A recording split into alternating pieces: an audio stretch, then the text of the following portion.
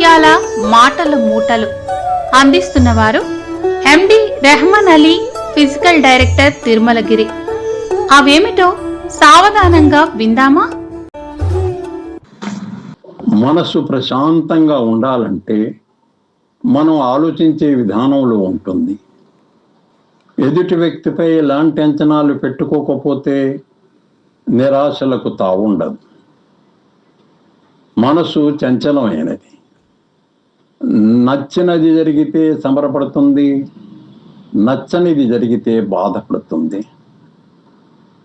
ఒక విషయం, ఒక వ్యక్తి గురించి మనకు కలిగే అభిప్రాయం మనలో మొదలవుతుంది, మనతోనే ముగుస్తుంది. అందుకే ప్రతి పరిస్థితిని అంగీకరించడం నేర్చుకుంటే, ప్రతి మనిషిని ఉన్నట్లుగా స్వీకరిస్తే మనసు తేలికపడుతుంది. ప్రశాంతమైన మనసే అందమైన జీవితానికి పునాది. నువ్వు ఎదగాలంటే అన్నీ తెలుసుకో, అన్నీ నేర్చుకో, కానీ ఏమీ తెలియని వానిలాగా కనిపించు సమాజానికి. ఎందుకంటే లోకానికి దగా అసూయలు పెరిగిపోతాయి. ఎదిగే వాళ్ళు చూసినా, బాగుపడేవాడు బతికినా చూసి తట్టుకోలేదు ఈ సమాజం. జీవితంలో మనం అనుకున్నట్లు జరగవు. కొన్ని విషయాలు ఎంత ప్రయత్నించినా మన చేతుల్లోకి రావు. అప్పుడు అర్థమవుతుంది మనిషి ప్లాన్ చేసేది ఒకటి, జీవితం చూపించేది ఇంకొకటి అని. కొన్ని దూరాలు, కొన్ని నష్టాలు, కొన్ని ముగింపులు మన తప్పు లేకపోయినా జరుగుతాయి. కాలం గడిచాక వెనక్కి తిరిగి చూస్తే తెలుస్తుంది, ఆ సమయంలో బాధగా అనిపించినవి కూడా మనల్ని మార్చడానికి వచ్చిన పాఠాలే అని.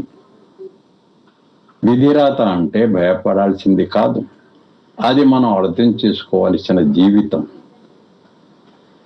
పునాదులు లేని ఇల్లును గాలివాన ఎలా కూల్స్తుందో, అలాగే ఆధారాలు లేని గాలి మాటలు నమ్మితే బంధాలైనా స్నేహాలైనా అలాగే కూలిపోయే ప్రమాదం ఉంది. జీవితంలో మనం చేసే ప్రతి పని ఎప్పుడో ఒకప్పుడు తిరిగి మన ముందుకు వస్తుంది. ఎవరినైనా కారణం లేకుండా బాధ పెడితే ఆ బాధ కూడా ఒకరోజు మనల్ని తాకుతుంది. అలాగే మనం చేసిన మంచి కూడా ఎక్కడో ఒక చోట మంచిగానే తిరిగి వస్తుంది.